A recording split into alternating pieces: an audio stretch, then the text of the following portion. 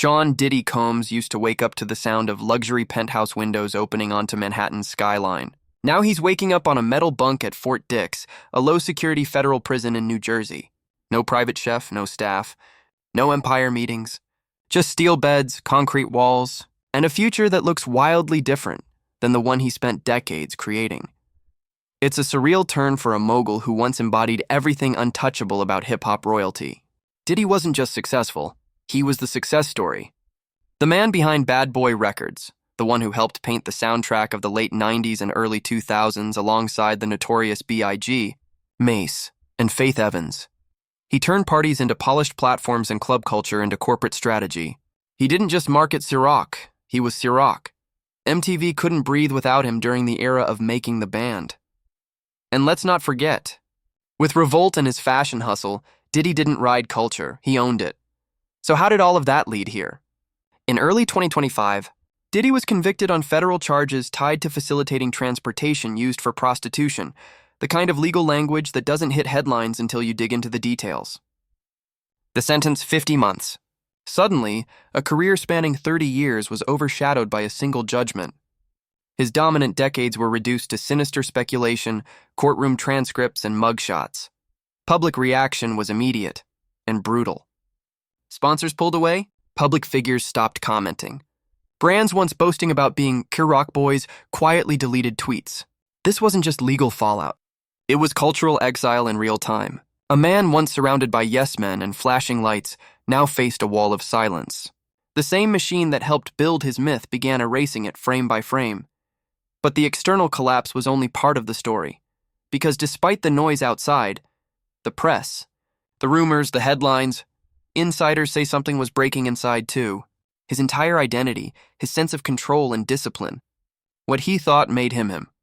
All of it was being stripped down, and that's when a different kind of battle began, one that not even his deepest pockets could fight. For years, whispers trailed Sean Diddy Combs like background noise, rumors, lawsuits, allegations. Most never reached mainstream headlines. A few did, but disappeared just as quickly. In the court of public opinion, his legacy had stayed mostly bulletproof. Until it wasn't. What ultimately landed Diddy behind bars wasn't some new charge pulled from thin air. It was the result of a long, slow burn finally catching flame. In early 2025, the justice system caught up.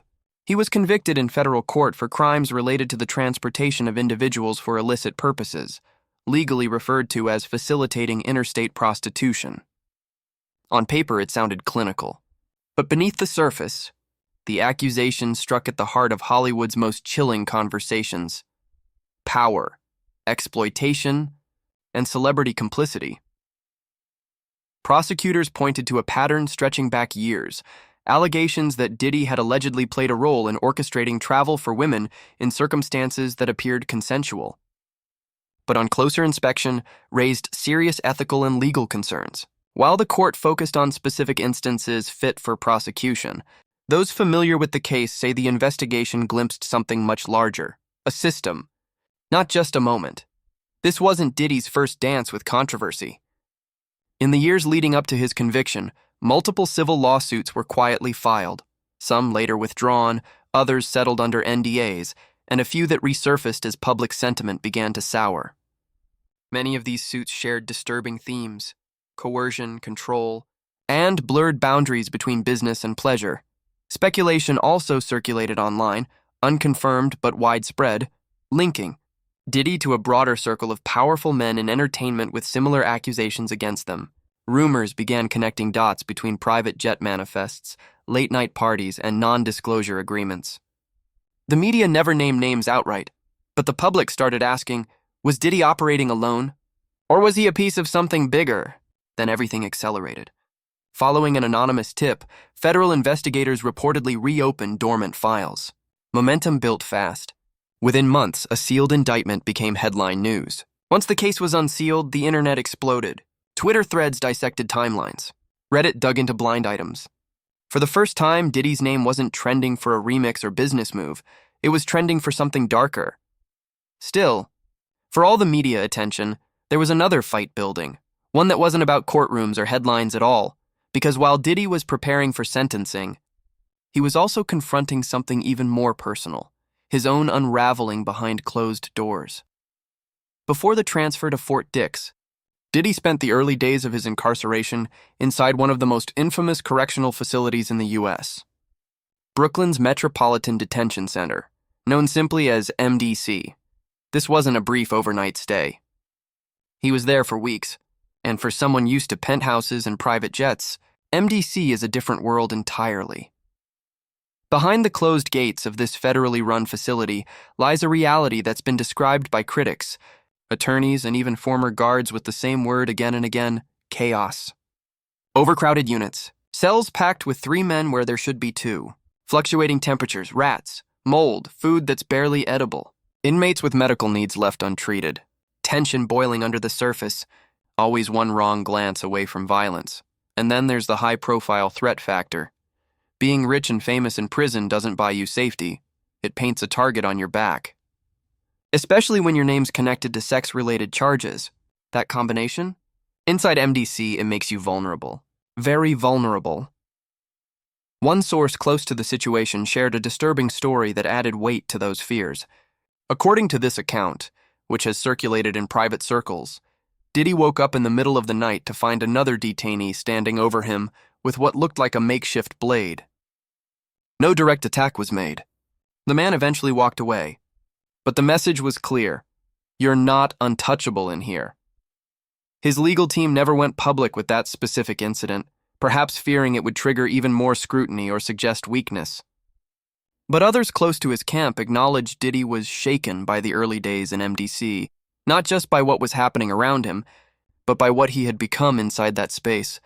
When everything's gone, your team, your title, your millions, the silence becomes deafening, and inside those walls, silence turns the mental pressure up fast. There were no cameras, no entourage, and no curated image to hide behind. Just cold floors, locked doors, and Diddy, stripped of ego, status, and certainty, forced to look in a mirror most stars never have to face. But it wasn't just the physical environment that tested him. Something deeper was breaking down inside, and that's where the spiral started. It didn't take long for the outside world to start spinning its own version of Diddy's life behind bars, and one story, in particular, exploded like gasoline on a fire. The claim? That Diddy had been caught drinking Pruno, a makeshift alcohol brewed in secret using fruit, sugar, and whatever else inmates can get their hands on. No photos. No proof, just whispers on niche prison gossip blogs and viral tweets that turned speculation into a trending topic. Within hours, the narrative spread, from obvious tabloids to pseudo-respectable outlets happy to run "sources say" headlines for clicks. The image practically wrote itself. The hip-hop king, broken down, self-medicating behind bars with toilet wine, but according to his team, totally false. A direct statement from Diddy's spokesperson slammed the rumors as completely untrue and harmful, adding that not only has he not violated prison rules, but that maintaining sobriety has become a central focus for him during this chapter. They called the gossip exactly what it was: noise. Still, it raised a more uncomfortable question some fans had already been murmuring long before the conviction. Had Diddy quietly struggled with alcohol long before the courts got involved? He'd never admitted to it publicly. But for someone who spent years branding his entire identity around alcohol, the lines always seemed a little blurry. Let's not forget, the biggest business move of his career was his massive Ciroc vodka partnership. Diddy didn't just sell alcohol, he became the lifestyle. Diamond-studded promo parties. Step into the Ciroc life. Billion-dollar bottle deals. You couldn't think of Diddy without picturing a drink in his hand. So now, hearing that he's allegedly recommitting to sobriety behind bars struck some people as ironic, even hypocritical. Others, though, saw it differently, that maybe this wasn't the mogul marketing the image anymore. Maybe this was the man grappling with the weight of everything alcohol once symbolized in his world: excess, control, celebration, denial. And instead of clapping back online or issuing more spin, he did something almost unlike Diddy. He stayed quiet. Because while the headlines tried to resurrect the Diddy that once lived on nightclub stages, he was busy building someone else entirely, one without distractions, one with discipline. And that's where everything began to shift. After weeks of tension, lockdowns, and survival mode existence at Brooklyn's Metropolitan Detention Center, Sean Diddy Combs was moved. Not downgraded, not released, moved. His new destination?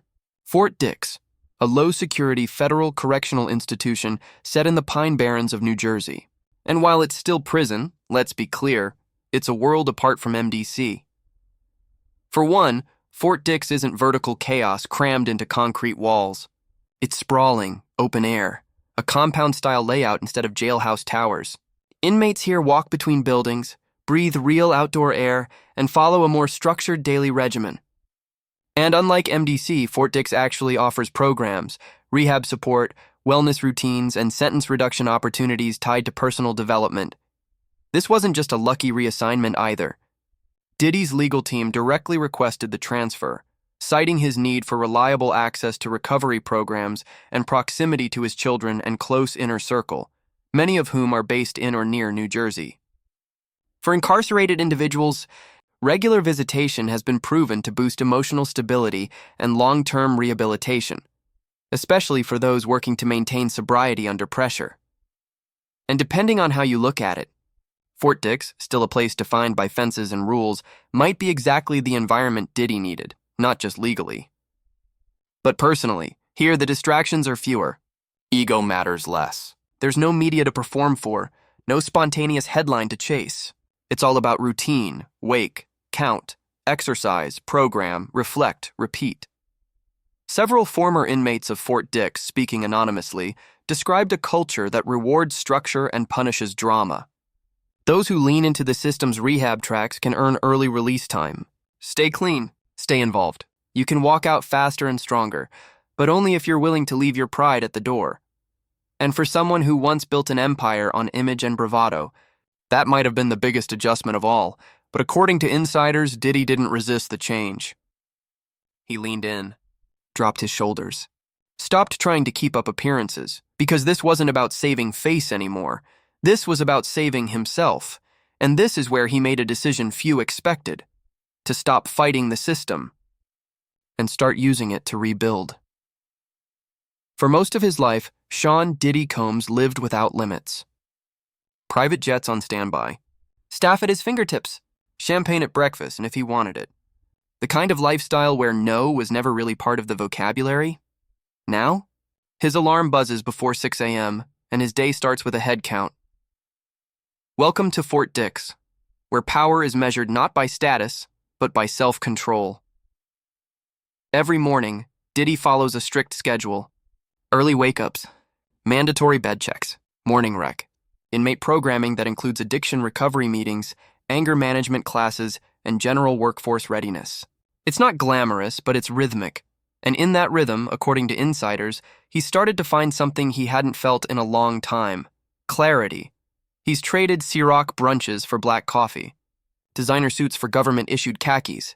But those close to the situation say the biggest shift isn't external, it's mental. There's no camera to pose for. No "did you see what I'm wearing" moment. The ego can't breathe here.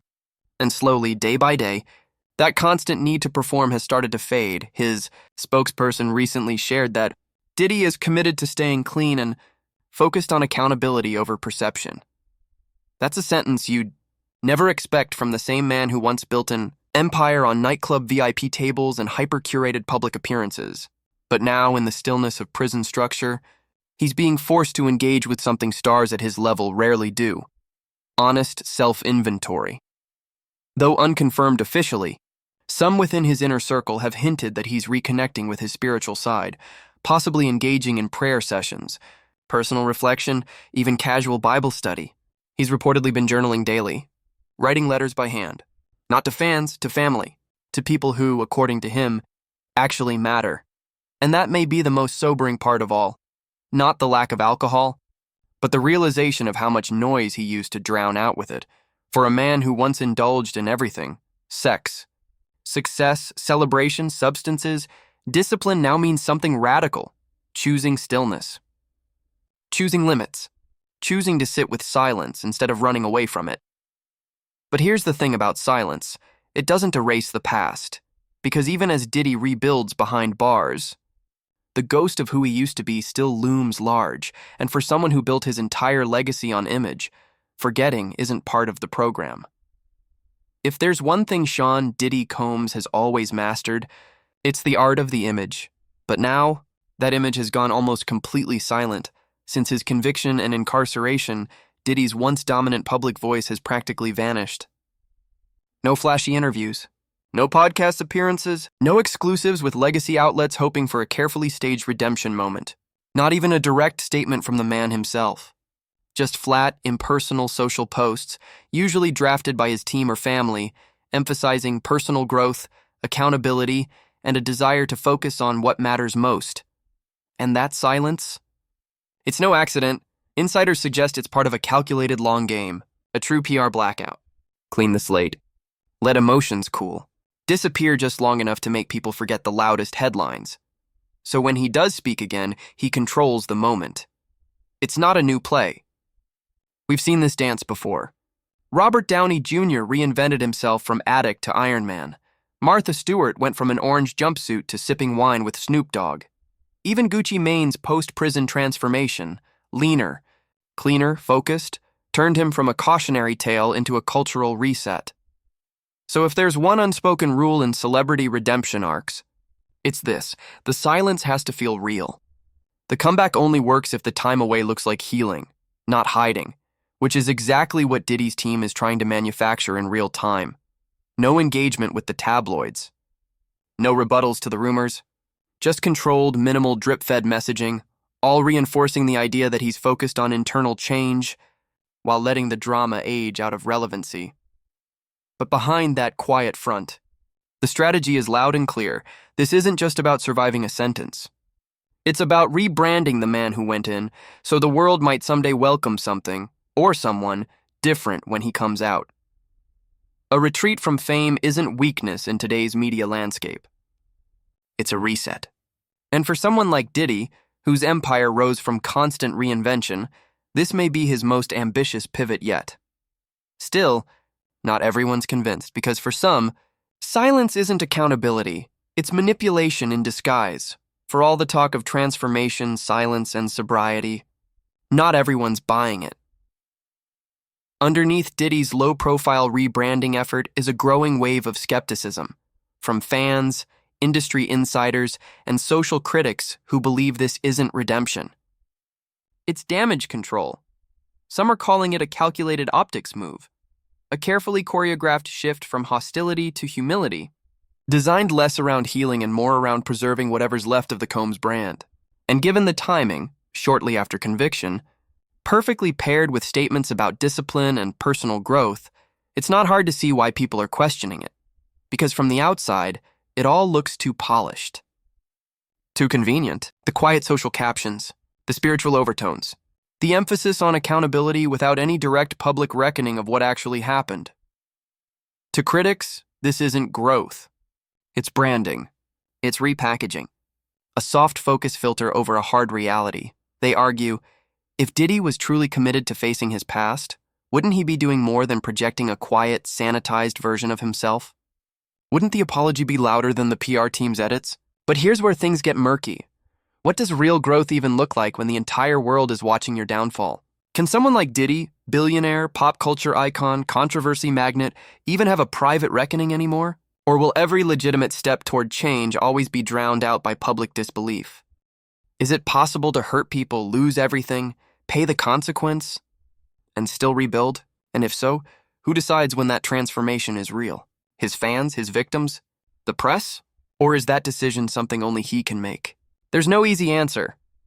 Because some of Diddy's harshest critics are also the ones who know the industry best. They've seen redemption stories used to whitewash reputation. They've seen billionaires bounce back, not because they've changed, but because they've waited long enough. So now the question follows him everywhere, silently but relentlessly. Is Diddy rewriting his story? Or just rehearsing a new one? Either way, he has nearly 4 years to decide who he will become. So what does the next chapter look like for Sean Diddy Combs? Legally, he's looking at 50 months, just over 4 years. But that number isn't set in stone. In federal facilities like Fort Dix, inmates who complete select rehabilitation programs and maintain good behavior can shave off months, sometimes even a full year. In theory, Diddy could be out in just under 3, possibly earlier, if additional motions, sentence reductions, or compassionate release factors ever come into play.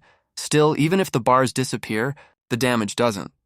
The real question isn't when he'll be released. It's who he'll be when he is. Privately, his team says he's focused inward. He's leaned heavily into routine, reflection, sobriety. But behind the scenes, it's hard to believe someone as calculated and business-savvy as Diddy isn't already playing out potential post-prison paths. A memoir, maybe a tell-all about fame, addiction, ego, power, and hitting rock bottom. Or a documentary series produced by his own company, framed as transparency and redemption. Perhaps even a return to music. Not hip-hop as usual, but reflective, stripped down, maybe even spiritually driven. There's also talk, though unconfirmed, about him wanting to give back. To use his influence to advocate for recovery programs, speak out on substance abuse, maybe even push for reforms in how the entertainment industry hides addiction and abuses power. If that's real, it would be a massive pivot, but that's the thing. If. Because until Diddy directly addresses the allegations, the fallout, and the very real people affected by the choices that led him here, any transformation will live in the gray, and maybe that's part of the process. Reinvention isn't loud, it's slow, internal, uncomfortable. Some celebrities have emerged from complete collapse more honest, more vulnerable, more human. Others staged a comeback too soon, and crumbled all over again. Diddy has the time, the reach, the money, and now, potentially, the humility. But the difference between a rebrand and a rebirth is what happens when no one's looking. And right now, he's in the quietest chapter of his life. So the door is open. Even amid brokenness, some manage to rewrite everything. The only question now is, can Diddy? For decades, Sean Diddy Combs seemed untouchable. He didn't just build a legacy, he curated a culture. From launching Biggie to shaping the sound of an era. From C-Rock billboards on Times Square to spinning fashion, liquor, and television into an empire. His name became shorthand for ambition, excess, and the hustle that defined hip-hop's golden age. But now, that legacy hangs in the balance, and the question isn't just, will he come back? It's deeper than that. It's, should he? Can he? And if he does, who will he be? Because reinvention isn't new territory for Diddy. He's done it a dozen times. Puff Daddy, P. Diddy, just Diddy. The name's changed. The business has evolved. But the man, or at least the myth, always stayed in control. This time, though, there's no control. No velvet rope. No studio polish. No team scrubbing the narrative in real time. This version of reinvention starts in a prison cell, not a boardroom. And here style means nothing. Money can't silence the past. And redemption, if it happens, won't be owed. It'll have to be earned. Because reinvention from prison doesn't come with camera crews.